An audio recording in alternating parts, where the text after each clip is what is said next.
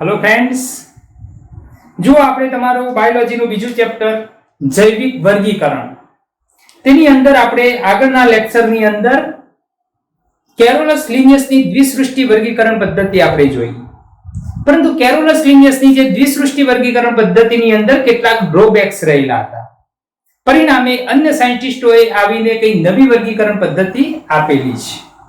તો કેરોલસ લિનિયસની દ્વિસૃષ્ટિ વર્ગીકરણ પદ્ધતિમાં ડ્રોબેક્સ કયા હતા?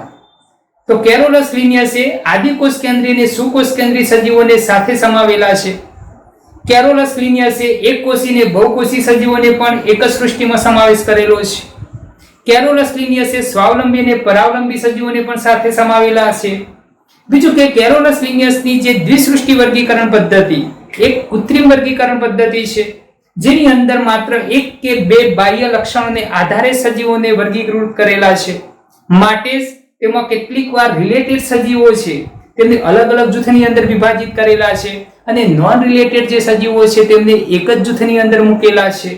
તો આ બધા ડ્રોબેક્સને પરિણામે અન્ય સાયન્ટિસ્ટોએ આવીને કઈ નવી વર્ગીકરણ પદ્ધતિ આપેલી છે. તો આપણે અહીંયા આગળ કઈ કઈ વર્ગીકરણ પદ્ધતિઓ અમલમાં આવેલી છે તે આપણે એક પછી એક અહીંયા જોઈએ. તો દ્વિસૃષ્ટિ વર્ગીકરણ પદ્ધતિ કોને આપી મિત્રો?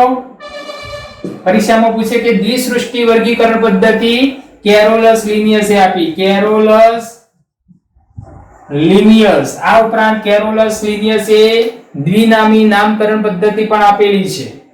દ્વિસૃષ્ટિમાં કઈ બે સૃષ્ટિ બને છે? તો વનસ્પતિ સૃષ્ટિ અને બીજી પ્રાણી સૃષ્ટિ. તેના કેટલાક લક્ષણોને આધારે સજીવોને અલગ અલગ જૂથની અંદર વિભાજિત કરેલા છે, જેના વિશે આપણે ડિટેલમાં આગળના લેક્ચરની અંદર સમજી ગયેલા છીએ. ત્યાર પછી દ્વિસૃષ્ટિ વર્ગીકરણ પદ્ધતિમાં કેટલાક ડ્રોબેક્સ, કેટલાક ગેરફાયદા હતા. માટે જ ત્યાર પછી ત્રિસૃષ્ટિ વર્ગીકરણ પદ્ધતિ અમલમાં આવેલી છે. કઈ સૃષ્ટિ? ત્રિસૃષ્ટિ વર્ગીકરણ પદ્ધતિ.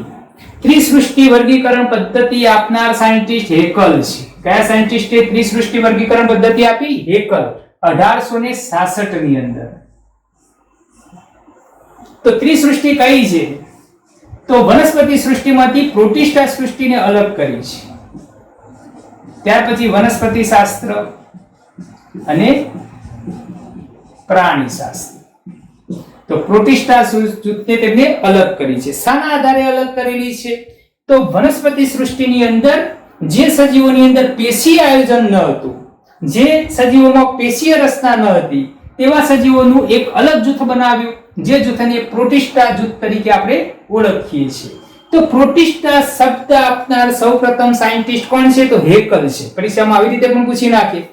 ત્રિસૃષ્ટિ વર્ગીકરણ પદ્ધતિ આપનાર સાયન્ટિસ્ટ હેકલ તો ખરો, પરંતુ પ્રોટિસ્ટા શબ્દ આપનાર પણ સાયન્ટિસ્ટ કોણ છે? હેકલ છે. તેને પ્રોટિસ્ટાની અંદર કેવા સજીવોનો સમાવેશ કરેલો છે?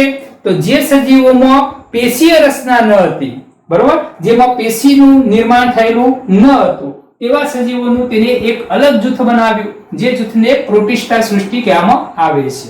તો અહીંયા આગળ પેશી રચનાનો અભાવ જેની અંદર હતો, એવા સજીવોને જ પ્રોટિસ્ટા સૃષ્ટિની અંદર સમાવેશ કર્યો. તો કયા કયા સજીવોમાં પેશીય રચના હોતી નથી? એકકોષી કે બહુકોષી હોય છે, પરંતુ પેશીય રચનાનું નિર્માણ થયેલું હોતું નથી. તો બેક્ટેરિયા આવે. કયા સજીવ આવે? બેક્ટેરિયા આવે. ત્યાર પછી ફૂગ આવે. ત્યાર પછી લીલ આવે. ત્યાર પછી સ્લાઇમ મોલ્ડ, એટલે જેને આપણે શ્લેષ્મીય ફૂગ કહીએ છીએ. ત્યાર પછી પ્રજીવ આવે. તો આ બધા જે સજીવો છે એ એકકોષી કે બહુકોષી હોય છે, પરંતુ તેની અંદર પેશીય આયોજન થયેલું હોતું નથી. માટે પેશીય આયોજન ન હોય તેવા સજીવોનું તેને એક અલગ જૂથ બનાવ્યું, જે સૃષ્ટિને પ્રોટિસ્ટા સૃષ્ટિ નામ આપેલું છે. પ્રોટિસ્ટા શબ્દ આપનાર સૌપ્રથમ સાયન્ટિસ્ટ પણ કોણ છે? હેકલ. આ યાદ રાખજો. પ્રોટિસ્ટા શબ્દ આપનાર સૌપ્રથમ વૈજ્ઞાનિક કોણ? હેકલ છે. કયો સાયન્ટિસ્ટ? હેકલ. હવે આ જે ત્રિસૃષ્ટિ વર્ગીકરણ પદ્ધતિમાં પણ કેટલાક ડ્રોબેક્સ હતા, બરોબર. પરિણામે ત્યાર પછીના સાયન્ટિસ્ટે 4 સૃષ્ટિ વર્ગીકરણ પદ્ધતિ અમલમાં મૂકેલી છે.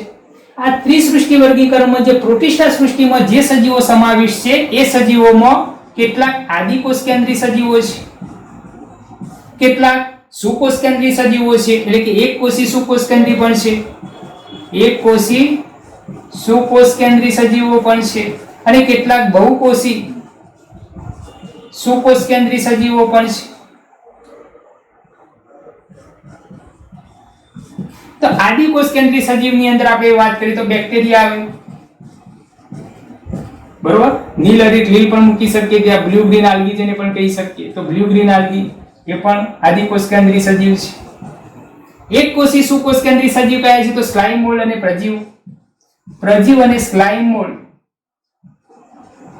એ એક કોષી સુકોષ કેન્દ્રી સજીવ છે. ફૂગ અને લીલ એ બહુકોષી સુકોષ કેન્દ્રી સજીવ છે. તો આ પણ ખબર હોવી જોઈએ કે હેકલે જે ત્રિસૃષ્ટિ વર્ગીકરણની અંદર પ્રોટિસ્ટા સૃષ્ટિમાં કેવા સજીવોનો સમાવેશ કર્યો તો આદિકોષ કેન્દ્રી સજીવ. આદિકોષ કેન્દ્રી સજીવ હંમેશા એક કોષી જ હોય, અને સુકોષ કેન્દ્રી સજીવો, સુકોષ કેન્દ્રીમાં એક કોષી કયા પ્રજીવ અને સ્લાઇમ મોલ્ડ, અને બહુકોષી સુકોષ કેન્દ્રી કયા છે ફૂગ અને લીલ. તો આ બધા સજીવોનો તેને પ્રોટિસ્ટા જૂથની અંદર સમાવેશ કર્યો, ને આ બધા સજીવો એ એક કોષી કે બહુકોષી હોય છે, પરંતુ તેની અંદર પેશીય રચના હોતી નથી. અહીંયા આગળ કેટલાક ડ્રોબેક્સ રહેલા છે. પ્રોટિસ્ટા સૃષ્ટિની અંદર આદિકોષ કેન્દ્રીય અને સુકોષ કેન્દ્રીય સજીવોને સાથે સમાવેલા છે, સ્વાવલંબી અને પરાવલંબી સજીવોને પણ સાથે સમાવેલા છે. તો આ બધા ડ્રોબેક્સને કારણે ત્યાર પછી 4 સૃષ્ટિ વર્ગીકરણ પદ્ધતિ અમલમાં આવી. તો ત્રીજી વર્ગીકરણ પદ્ધતિ આપણે જોઈએ અહીંયા 4 સૃષ્ટિ વર્ગીકરણ પદ્ધતિ. 4 સૃષ્ટિ વર્ગીકરણની અંદર કઈ 4 સૃષ્ટિ તો આ જે પ્રોટિસ્ટા સૃષ્ટિમાં આદિકોષ કેન્દ્રી અને સુકોષ કેન્દ્રી સજીવોને સાથે સમાવેશ કરેલો છે. તો તેમાંથી તેમને આદિકોષ કેન્દ્રી સજીવોનું એક અલગ જૂથ બનાવ્યું, જેને મોનેરા સૃષ્ટિ કહેવામાં આવે છે. તો મોનેરા સૃષ્ટિ પ્રોટિસ્ટા તો હતી જ, ત્યાર પછી વનસ્પતિ અને ત્યાર પછી પ્રાણી સૃષ્ટિ. તો આમ 4 સૃષ્ટિ વર્ગીકરણ પદ્ધતિ અમલમાં આવી, ને 4 સૃષ્ટિ વર્ગીકરણ પદ્ધતિ આપનાર સાયન્ટિસ્ટ કોણ છે? કોપલાન્ડ છે. એ ક્યારે આપી? 1956 ની અંદર 4 સૃષ્ટિ વર્ગીકરણ પદ્ધતિ કોપલાન્ડ નામના સાયન્ટિસ્ટે આપેલી છે. પરંતુ અહીંયા આગળ પૂછે કે મોનેરા શબ્દ આપનાર સાયન્ટિસ્ટ કોણ છે? મોનેરાની અંદર આદિકોષ કેન્દ્રી સજીવોનો સમાવેશ થાય છે, ત્યાર પછી બધા જ આ બધા સુકોષ કેન્દ્રી સજીવો છે. તો મોનેરાની અંદર કયા સજીવો? આદિકોષ કેન્દ્રી, બરોબર. બાકીના બધા કેવા છે? સુકોષ કેન્દ્રી છે, સુકોષ કેન્દ્રી સજીવો છે. તો આદિકોષ કેન્દ્રી સજીવમાં જે મોનેરા સૃષ્ટિ આવે છે, ને મોનેરા સૃષ્ટિ એટલે કે મોનેરા શબ્દ આપનાર સૌપ્રથમ સાયન્ટિસ્ટ અહીંયા આગળ યાદ રાખજો, કોપલાન્ડે મોનેરા શબ્દ નથી આપ્યો. કોપલાન્ડે 4 સૃષ્ટિ વર્ગીકરણ પદ્ધતિ આપેલી છે, બરોબર. પરંતુ મોનેરા સૃષ્ટિ શબ્દ આપનાર સૌપ્રથમ સાયન્ટિસ્ટ ડોટર્ટી અને એલન છે. મોનેરા ટર્મ આપનાર સાયન્ટિસ્ટ ડોટર્ટી એન્ડ એલન.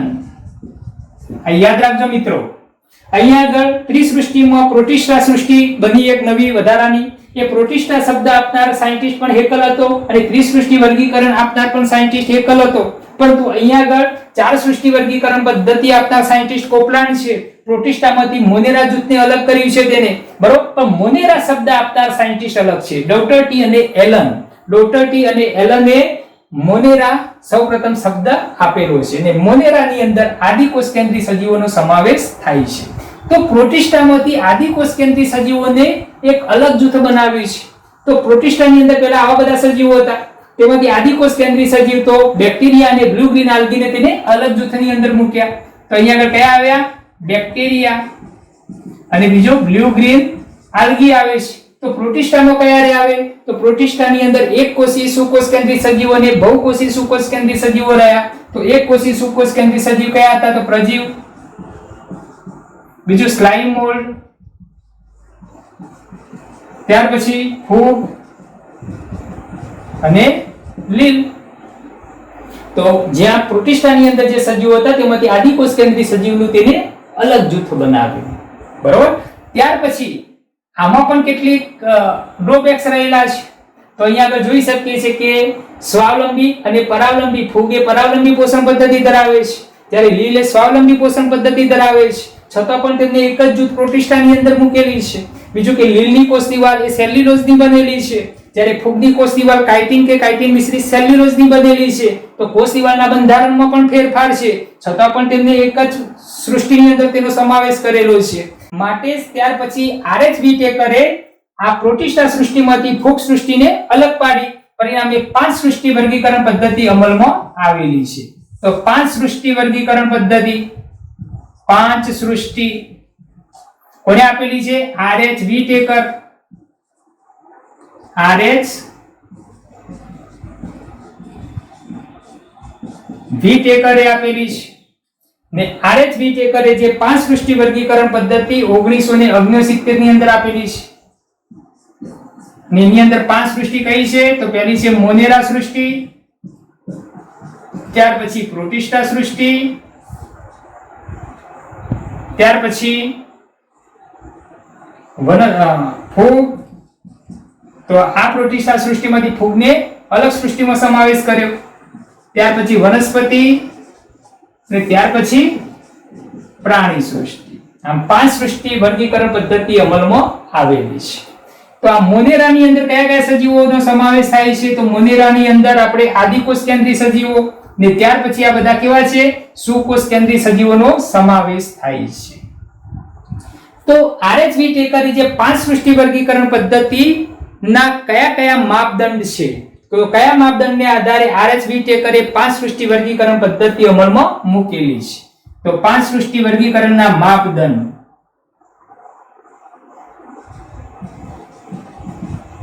કયા માપદંડને આધારે 5 સૃષ્ટિ વર્ગીકરણ પદ્ધતિ અમલમાં મૂકેલી છે?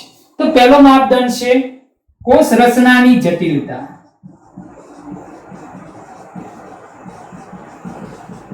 કોષ રચનાની જટિલતા એટલે કે આદિકોષ કેન્દ્રી સજીવ અને સુકોષ કેન્દ્રી સજીવ. તો આદિકોષ કેન્દ્રી સજીવ એટલે કે મોનેરા સૃષ્ટિ આવે છે ને આ બધી સુકોષ કેન્દ્રી સજીવ છે.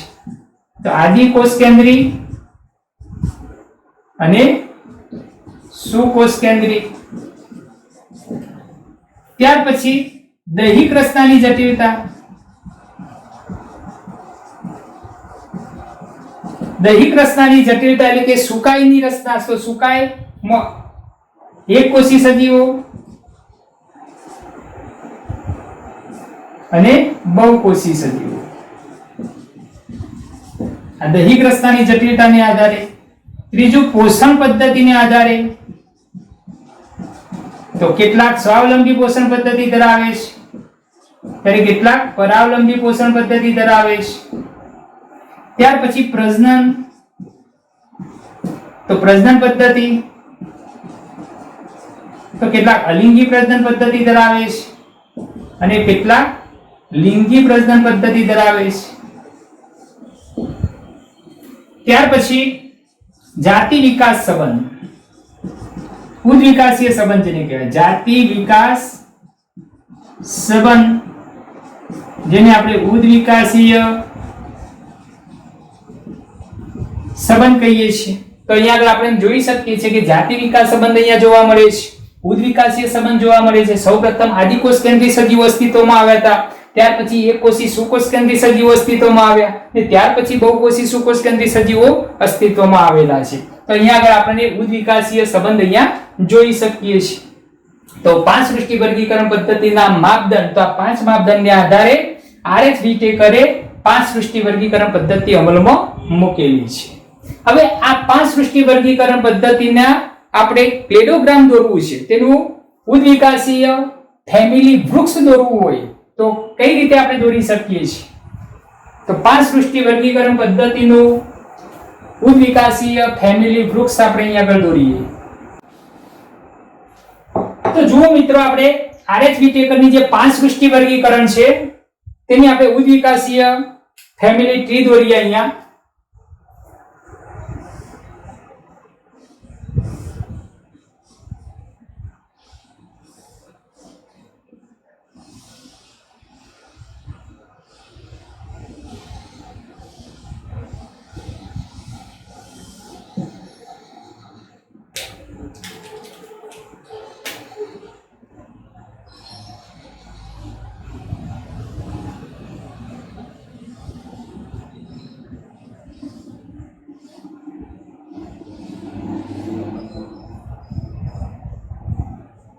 તા મોનેરા સૃષ્ટિ, પ્રોટિસ્ટા, આ ફૂગ સૃષ્ટિ છે, વનસ્પતિ સૃષ્ટિ છે ને આ પ્રાણી સૃષ્ટિ છે. તો આ ઉદ્વિકાસીય ફેમિલી ટ્રી શાના આધારે? તો આ માપદંડોને આધારે, તો કોષ રચનાની જટિલતાને આધારે આદિકોષ કેન્દ્રીય અને સુકોષ કેન્દ્રીય સજીવોને અલગ કરેલા છે. તો અહીંયા આગળ આપણે જોઈ શકીએ છીએ આ એક નંબર કોષ રચનાની જટિલતાને આધારે આદિકોષ કેન્દ્રીય એટલે કે મોનેરા સૃષ્ટિ અને ત્યાર પછી આ બધા સુકોષ કેન્દ્રીય જૂથ છે, આ બે જૂથોને તેને અલગ કરેલું છે. તો આદિકોષ કેન્દ્રીય કઈ છે? મોનેરા સૃષ્ટિ ને ત્યાર પછી બાકી બધા કેવા છે? સુકોષ કેન્દ્રીય. ત્યાર પછી દૈહિક રચનાની જટિલતાને આધારે તો એક કોષી અને બહુકોષી સજીવોને અલગ કરેલા છે. તો અહીંથી આપણે બે ભાગ આપી દઈશું. આ બધા એક કોષી છે, આ બધા બહુકોષી છે. આદિકોષ કેન્દ્રીય સજીવ પણ એક કોષી હોય છે અને પ્રોટિસ્ટા સૃષ્ટિમાં જે સમાવેશ બધા સજીવો છે એ પણ એક કોષી હોય છે. તો શાના આધારે? દૈહિક રચનાની જટિલતાને આધારે, દૈહિક રચનાની જટિલતાને આધારે, સુકાઈની જટિલતાને આધારે પણ કહી શકીએ. એક કોષી અને બહુકોષી સજીવો, તો આ બધા એક કોષી છે, આ ઉપરના બધા કેવા છે? બહુકોષી સજીવો છે. ત્યાર પછી ત્રીજો પોઈન્ટ પોષણ પદ્ધતિને આધારે, તો વનસ્પતિની અંદર કેવું પોષણ પદ્ધતિ હોય છે? તો સ્વાવલંબી પોષણ પદ્ધતિ હોય છે. તો આ સ્વાવલંબી છે. ફૂગે મૃતોપજીવી એટલે કે પરાવલંબી પોષણ પદ્ધતિ ધરાવે છે. પરાવલંબીમાં મૃતોપજીવી પોષણ પદ્ધતિ ને મૃતોપજીવીમાં અવચૂષણ પદ્ધતિથી તે પોષણ મેળવે છે. પ્રાણીસમ પોષણ પદ્ધતિ પણ પરાવલંબી પોષણ પદ્ધતિ છે. તેની અંદર આપણે ખોરાકનું અંતઃગ્રહણ પદ્ધતિથી તે પોષણ મેળવતા હોય છે. તો શાના આધારે? આ ત્રીજો પોષણ પદ્ધતિને આધારે, પોષણ પદ્ધતિને આધારે. ત્યાર પછી જે તે સજીવોનું તેની પરિસ્થિતિય સ્થાન કયું છે? તો ચોથો ટોપિક કયો છે? ચોથો પોઈન્ટ પરિસ્થિતિકીય સ્થાન.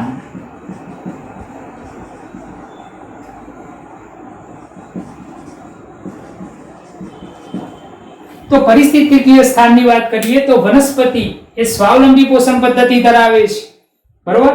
ફૂગ છે તે મૃતોપજીવી પોષણ પદ્ધતિ ધરાવે છે અને પ્રાણીઓ છે તે પ્રાણીસમ પોષણ પદ્ધતિ ધરાવે છે. પરંતુ પરિસ્થિતિય સ્થાનની અંદર આપણે વાત કરીએ તો ફૂગ એ વિઘટકો તરીકેની ભૂમિકા ભજવે છે, વનસ્પતિઓ છે તે ઉત્પાદકોની ભૂમિકા ભજવે છે. તો વનસ્પતિને આપણે ઉત્પાદકો કહીએ છીએ, ફૂગને આપણે વિઘટકો કહીએ છીએ અને પ્રાણીઓને આપણે ઉપભોગ્યો કહીએ છીએ. ખ્યાલ આવી ગયો મિત્રો? આ પરિસ્થિતિકીય સ્થાન, પરિસ્થિતિની અંદર તેમની શું શું ભૂમિકા રહેલી છે. તો વનસ્પતિ એ ઉત્પાદકો તરીકે છે, ફૂગ એ વિઘટકો તરીકે છે અને પ્રાણીઓ છે તે ઉપભોગ્યો તરીકેની ભૂમિકા ભજવે છે. ત્યાર પછી પાંચમો પોઈન્ટ ઉદ્વિકાસની દિશા કઈ છે? ઉદ્વિકાસીય દિશા. તો કઈ તરફ ઉદ્વિકાસ થતો હોય છે?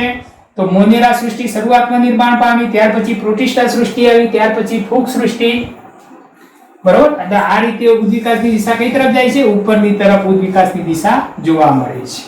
તો આપણે અહીંયા આગળ 5 પોઈન્ટ, અહીંયા આગળ ઉદ્વિકાસીય જે સજીવોનું જે ફેમિલી ટ્રી આપણે અહીંયા આગળ દોર્યું, તેની અંદર 5 પોઈન્ટને આધારે આપણે આ ફેમિલી ટ્રીનું નિર્માણ કરેલું. એક તો કોષ રચનાની જટિલતાને આધારે એટલે કે આદિકોષ કેન્દ્રીય સજીવ અને સુકોષ કેન્દ્રીય સજીવને અલગ કર્યા. તો મોનેરા એ આદિકોષ કેન્દ્રીય છે, બાકીના બધા સુકોષ કેન્દ્રીય સજીવો છે.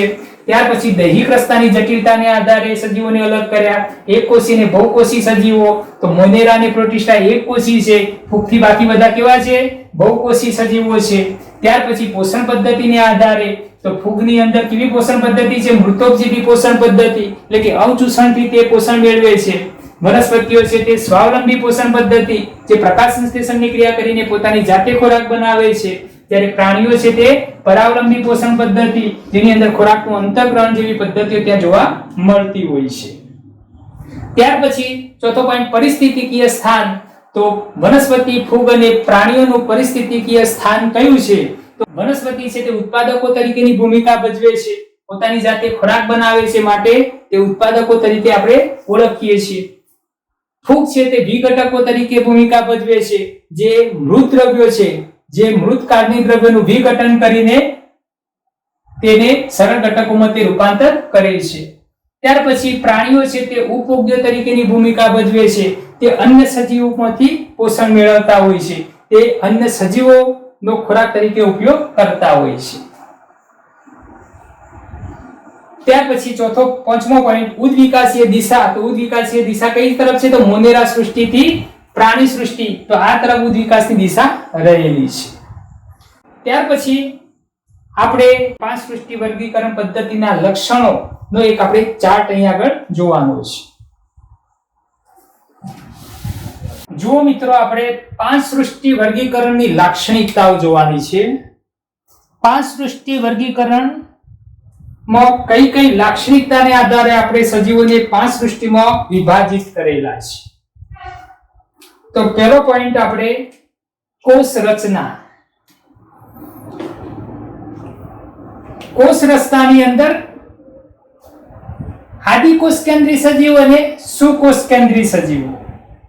તો મોનેરા છે તે આદિકોષ કેન્દ્રી સજીવ છે,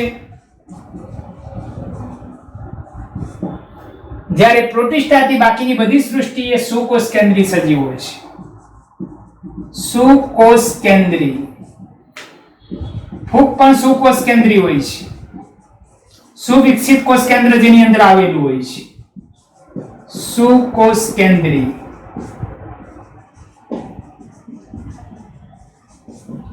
તો મિત્રો, કોષ રચનાની અંદર માત્ર મોનેરા એક એવી સૃષ્ટિ છે કે જેની અંદર આદિકોષ કેન્દ્ર હોય છે, બાકીની બધી સૃષ્ટિની અંદર સુકોષ કેન્દ્રી સજીવોનો સમાવેશ થાય છે.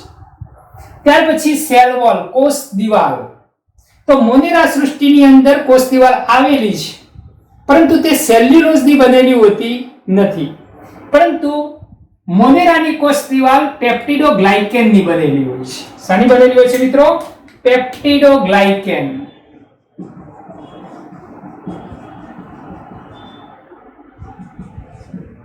પ્રોટિસ્ટાની અંદર કેટલાક સજીવો છે જેની અંદર સેલ વોલ છે, કેટલાકની અંદર સેલ વોલ હોતી નથી, તો કેટલાકમાં તે જોવા મળે છે. જ્યારે ફૂગની કોષ દિવાલ, તો ફૂગમાં પણ કોષ દિવાલ હોય છે, પરંતુ તે પણ સેલ્યુલોઝની હોતી નથી, પરંતુ કાઇટિન કે કાઇટિન મિશ્રિત સેલ્યુલોઝની હોય છે, તો કાઇટિનની બનેલી કોષ દિવાલ તેની અંદર જોવા મળે છે.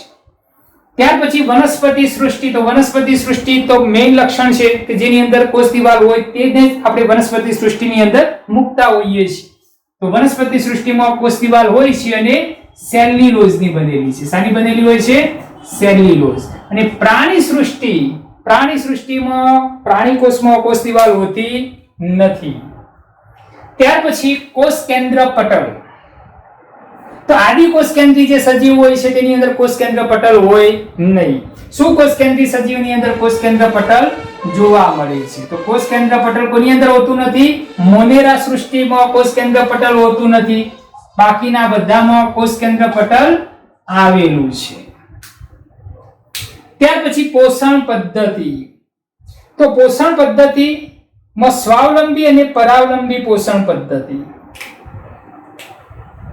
પોષણ કયા પ્રકારનું હોય છે? તો સ્વાવલંબી અને પરાવલંબી. સ્વાવલંબીને ઓટોટ્રોપી કહેવાય, પરાવલંબીને હિટરોટ્રોપી કહેવાય. એ એટલે કે ઓટોટ્રોપી ને એચ એટલે કે હિટરોટ્રોપી. એટલે કે ઓટોટ્રોપીનો મતલબ શું થાય? સ્વાવલંબી. બરોબર, સ્વાવલંબી. પરંતુ કેવું સ્વાવલંબી? તો પ્રકાશ સંશ્લેષી સ્વાવલંબી અને રાસાયણિક સંશ્લેષી સ્વાવલંબી.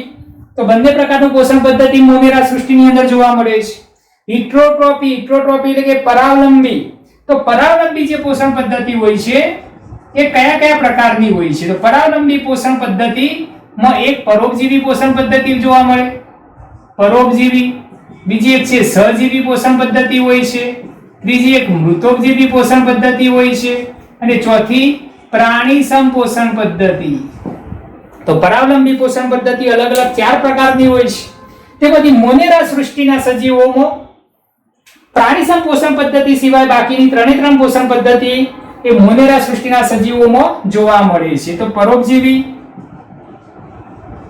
ત્યાર પછી સહજીવી ને ત્યાર પછી મૃતોપજીવી પોષણ પદ્ધતિ.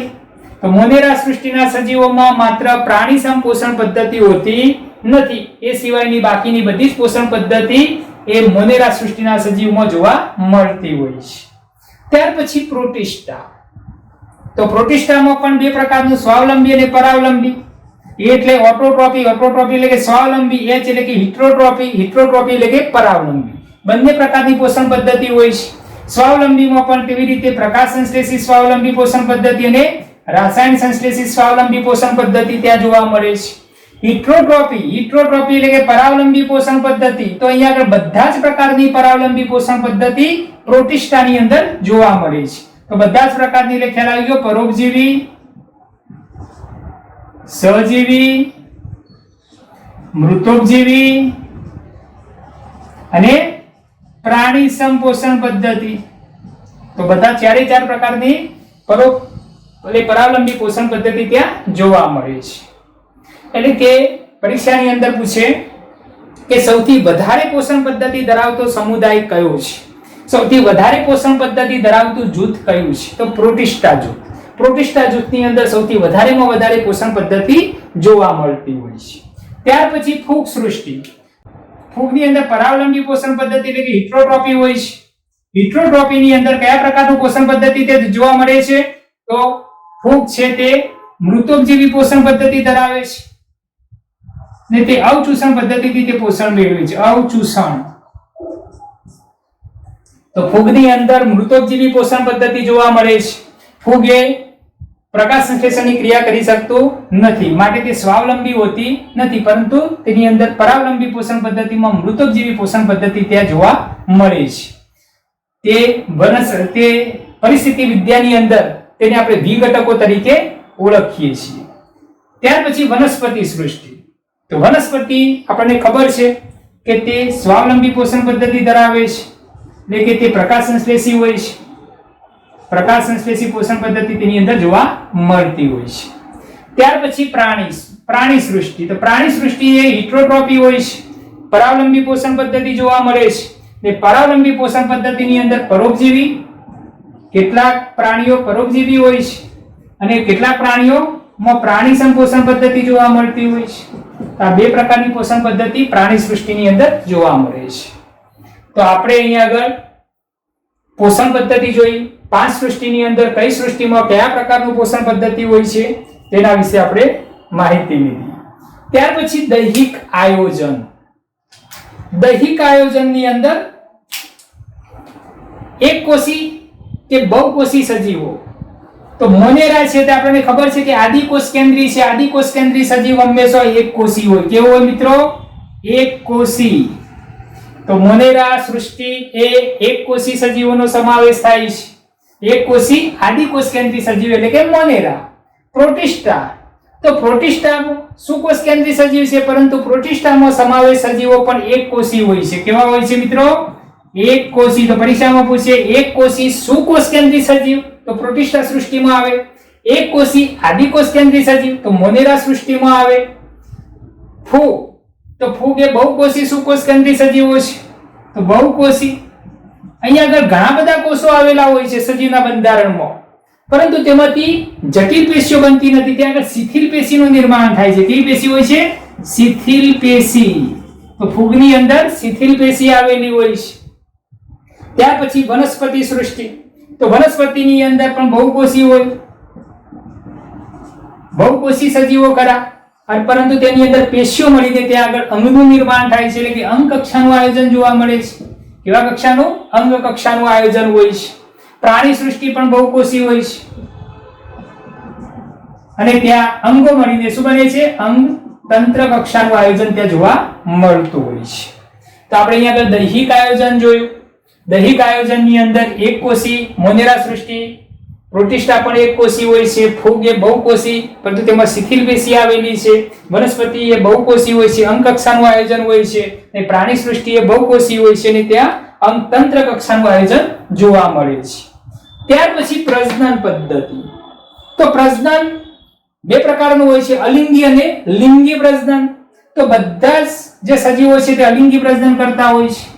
તો અલિંગી પ્રજનન 5 સૃષ્ટિ અલિંગી પ્રજનન કરે છે. અલિંગી પ્રજનનમાં લિંગી પ્રજનન કોષોનું નિર્માણ થતું નથી કે લિંગી પ્રજનન કોષોનું ફલન થતું નથી કે ત્યાં ફલિતાંડનું નિર્માણ થતું નથી. પરંતુ લિંગી પ્રજનનની ક્રિયા, તો લિંગી પ્રજનનની ક્રિયા ફૂગની અંદર જોવા મળે છે. લિંગી પ્રજનન વનસ્પતિમાં પણ લિંગી પ્રજનનની ક્રિયા જોવા મળતી હોય છે અને પ્રાણીઓમાં પણ લિંગી પ્રજનનની ક્રિયા જોવા મળે છે. પરંતુ મોનેરા સૃષ્ટિની અંદર સંયુગ્મન પદ્ધતિથી પ્રજનન કરે છે. સંયુગ્મન અને પ્રોટિસ્ટામાં પણ સંયુગ્મન પદ્ધતિથી પ્રજનન થતું હોય છે. તો આપણે અહીંયા આગળ પ્રજનન પદ્ધતિ જોઈ. ત્યાર પછી ઉદાહરણો, કઈ સૃષ્ટિની અંદર કયા સજીવોનો સમાવેશ થતો હોય છે. તો મોનેરા સૃષ્ટિએ એકકોષી આદિકોષ કેન્દ્રી સજીવોનો સમાવેશ તેની અંદર થાય છે. તો એકકોષી આદિકોષ કેન્દ્રી સજીવો કયા છે? તો આર્કીબેક્ટેરિયા, ત્યાર પછી યુબેક્ટેરિયા, ત્યાર પછી એક્ટિનોમાયસિટીસ. આ એક્ટિનોમાયસિટીસ એ તંતુમય ફૂગ છે, એક પ્રકારની એકકોષી ફૂગ. ત્યાર પછી રિકેટ્સિયા,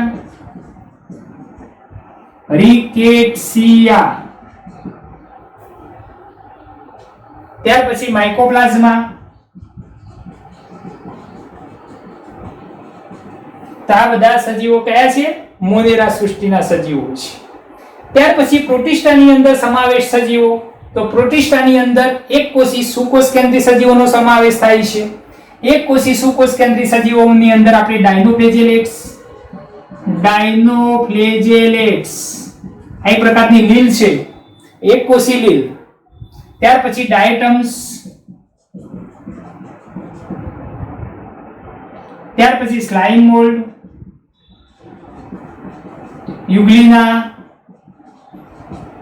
યુગ્લિના અને પ્રજીવ. પ્રજીવ પણ એકકોષી હોય છે, માટે તેને પ્રોટિસ્ટા સૃષ્ટિમાં સમાવેશ કરેલો છે. ફૂગ, તો ફૂગની અંદર બધા જ પ્રકારની ફૂગ, બધી જ બહુકોષી ફૂગનો સમાવેશ, બધી જ બહુકોષી ફૂગનો સમાવેશ થયેલો છે, ફૂગ સૃષ્ટિની અંદર કરેલો છે. ત્યાર પછી વનસ્પતિ. તો વનસ્પતિની અંદર લીલ, કઈ લીલ? સુકોષ કેન્દ્રી સજીવ, બહુકોષી સુકોષ કેન્દ્રી લીલનો સમાવેશ વનસ્પતિ સૃષ્ટિની અંદર કરેલો છે. એકકોષી સુકોષ કેન્દ્રી લીલનો સમાવેશ પ્રોટિસ્ટાની અંદર કરેલો છે.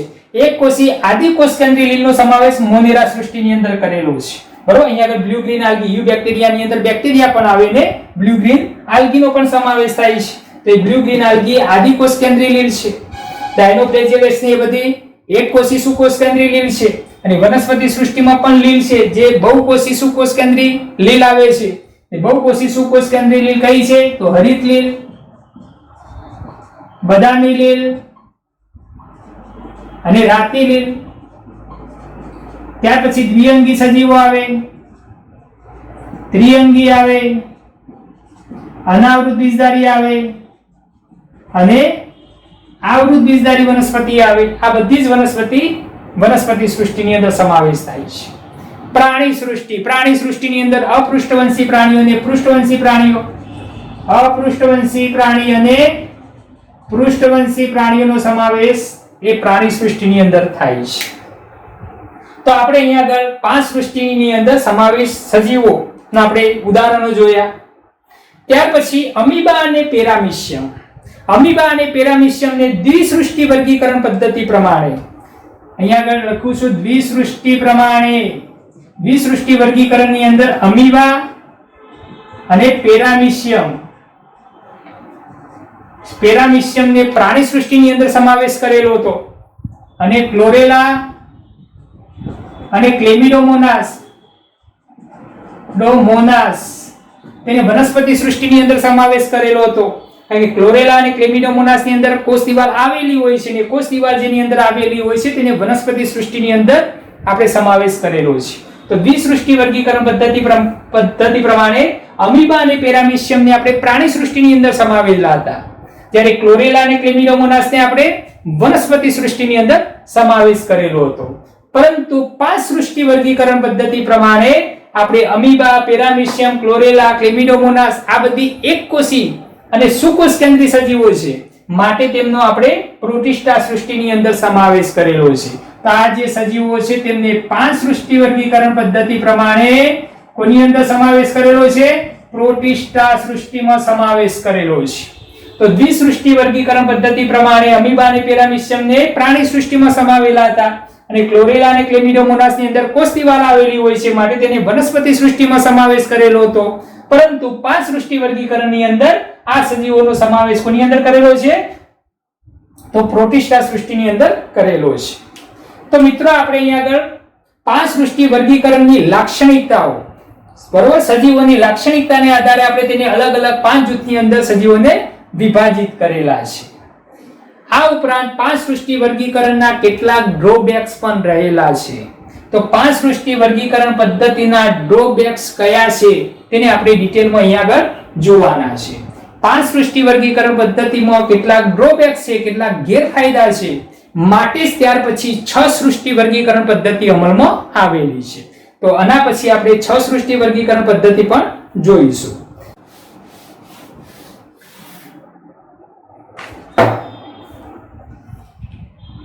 તો જુઓ મિત્રો, ડ્રોબેક્સ 5 સૃષ્ટિ વર્ગીકરણ પદ્ધતિના ડ્રોબેક્સ એટલે કે ગેરફાયદા કયા છે? ગેરફાયદા છે માટે ત્યાર પછી 6 સૃષ્ટિ વર્ગીકરણ પદ્ધતિ અમલમાં આવેલી છે. તો પહેલો ડ્રોબેક્સ, જે લીલ ને અલગ અલગ 3 સૃષ્ટિની અંદર સમાવેશ કરેલો છે.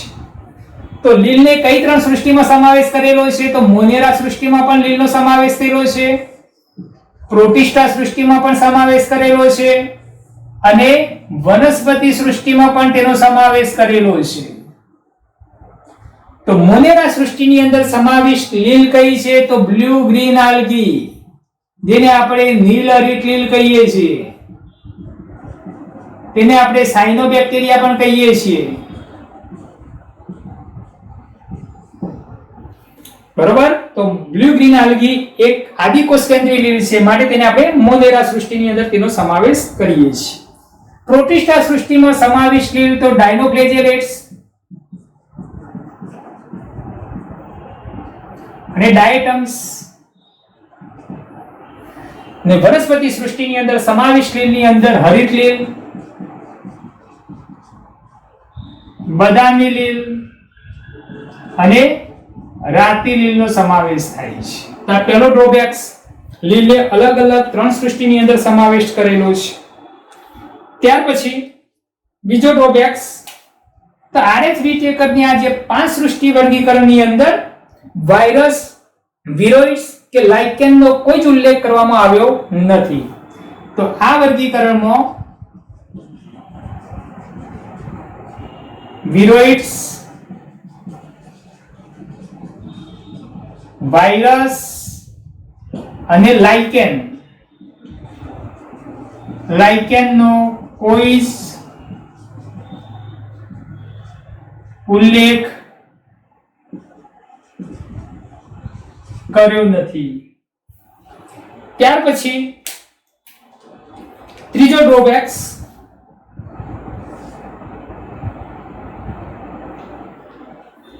તો ત્રીજા ડ્રોબેક્સ ની અંદર આપણે પ્રોટિસ્ટાની અંદર જે યુગ્લિના સજીવને મૂકીએ છીએ, એ યુગ્લિના સજીવ એટલે કે યુગ્લિનોઇડ્સ એ પ્રકાશની હાજરીમાં સ્વાવલંબી છે અને પ્રકાશની ગેરહાજરીમાં પરાવલંબી છે, છતાં પણ તેમને એક જ સૃષ્ટિની અંદર સમાવેશ કરેલો છે.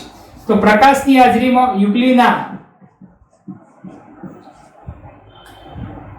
એ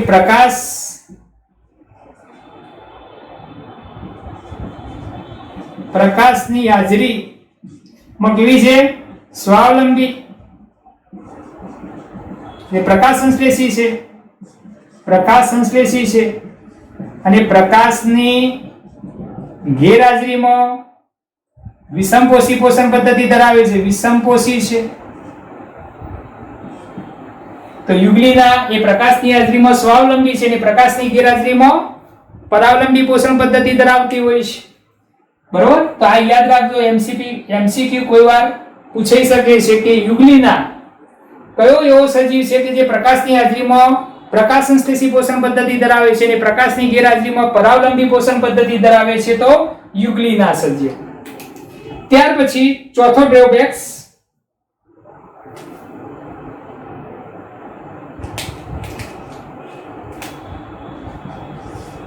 તો મોનેરા સૃષ્ટિની અંદર સમાવિષ્ટ જે સજીવો છે તે અલગ અલગ કેરેક્ટર ધરાવે છે, છતાં પણ તેમને એક જ સૃષ્ટિની અંદર તેનો સમાવેશ કરેલો છે. તો મોનેરા સૃષ્ટિમાં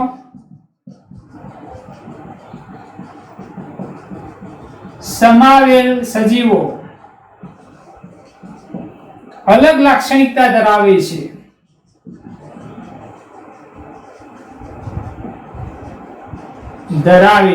છતાં તેમને એક જ સૃષ્ટિમાં સમાવેલા છે. તો મોનેરા સૃષ્ટિની અંદર સમાવેશ સજીવો કયા? તો આર્કીબેક્ટેરિયા, યુબેક્ટેરિયા અને માઇકોપ્લાઝ્મા. તો આર્કીબેક્ટેરિયાની જે કોષ દિવાલ છે સ્યુડોપેપ્ટિડોગ્લાયકેન ની બનેલી છે. સ્યુડોપેપ્ટિડોગ્લાયકેન. યુબેક્ટેરિયાની કોષ દિવાલ એ પેપ્ટિડોગ્લાયકેન ની બનેલી છે. બરોબર. બેક્ટેરિયા યુબેક્ટેરિયા કે બેક્ટેરિયાની કોષ દિવાલ સાની છે? પેપ્ટિડોગ્લાયકેન. અને માઇકોપ્લાઝ્મામાં કોષ દિવાલ હોતી નથી. તો આ ત્રણ સજીવો અલગ અલગ પ્રકારની લાક્ષણિકતાઓ ધરાવે છે, છતાં પણ તેમને એક જ સૃષ્ટિ મોનેરા સૃષ્ટિની અંદર તેનો સમાવેશ કરેલો છે. આમ આરએચ વિટેકરની જે 5 સૃષ્ટિ વર્ગીકરણ પદ્ધતિ છે તેની અંદર આ મેઇન 4 ડ્રોબેક્સ રહેલા છે. માટે જ ત્યાર પછી કાર્લ હુઇસ નામના સાયન્ટિસ્ટે 1990 ની અંદર 6 સૃષ્ટિ વર્ગીકરણ પદ્ધતિ અમલમાં મૂકેલી છે. તો હવે આપણે નેક્સ્ટ વિડિયો આપણે 6 સૃષ્ટિ વર્ગીકરણ પદ્ધતિ જેને આપણે ત્રિક્ષેત્રીય વર્ગીકરણ પદ્ધતિ તરીકે ઓળખીએ છીએ તેને આપણે ડિટેલમાં સમજીએ. Thank you.